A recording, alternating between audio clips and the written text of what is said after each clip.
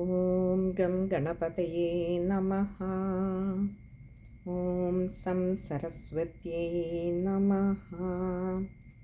ഓം ഗും ഗുരുഭ്യോ നമഃ.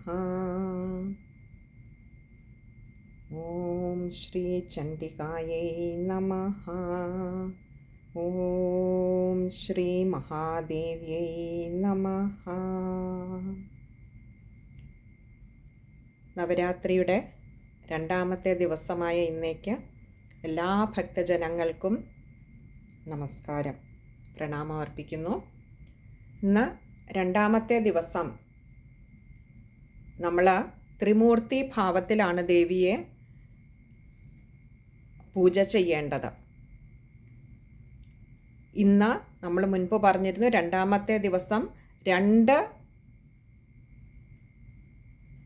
കന്യകയാണ് ദേവീഭാവത്തിൽ, ത്രിമൂർത്തി ഭാവത്തിൽ ദേവിയെ പൂജ ചെയ്യേണ്ടത്. 2 കന്യകമാരെ ഇരുത്തിക്കൊണ്ട് ത്രിമൂർത്തി ഭാവത്തിലാണ് ഇന്ന് പൂജ ചെയ്യേണ്ടത്. ഇന്ന് ത്രിമൂർത്തിയായി സങ്കല്പിച്ചിരുത്തേണ്ടത് 3 വയസ്സുള്ള പെൺകുട്ടികളെയാണ്. ആ പെൺകുഞ്ഞുങ്ങളെ നമ്മൾ പൂജ ചെയ്യുമ്പോൾ അത് ത്രിമൂർത്തി ഭാവത്തിൽ കണ്ടുകൊണ്ട് വേണം, ദേവിയായി തന്നെ കണ്ടുകൊണ്ട് വേണം, ആ ദേവിയെ ത്രിമൂർത്തി ഭാവത്തിൽ കണ്ടുകൊണ്ട് വേണം പൂജ ചെയ്യാനെന്നാണ് വിധി. അങ്ങനെ ത്രിമൂർത്തി ഭാവത്തിൽ കണ്ടുകൊണ്ട് അമ്മയെ പൂജിക്കുമ്പോൾ ചൊല്ലേണ്ട ശ്ലോകം പറയാം.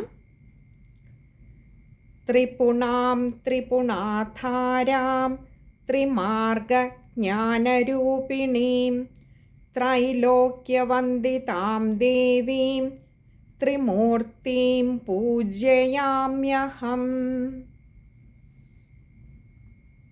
ഒന്നുകൂടി പറയാം. ത്രിപുണാം ത്രിപുണാധാരാം ത്രിമാർഗജ്ഞാനരൂപിണീം ത്രൈലോക്യവന്ദിതാം ദേവീം ത്രിമൂർത്തിം പൂജയാമ്യഹം.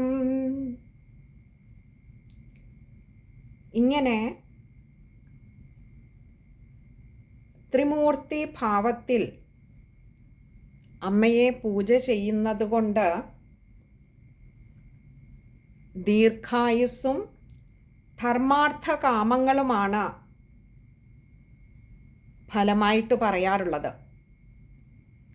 ധനധാന്യങ്ങളൊക്കെ നന്നായി വന്നു ചേരും, അതുപോലെ പുത്രപൗത്രാദികളൊക്കെ ധാരാളം ഉണ്ടാകുമെന്നൊക്കെയാണ് ഇതിന് വിധി കൽപ്പിച്ചിട്ടുള്ളത്.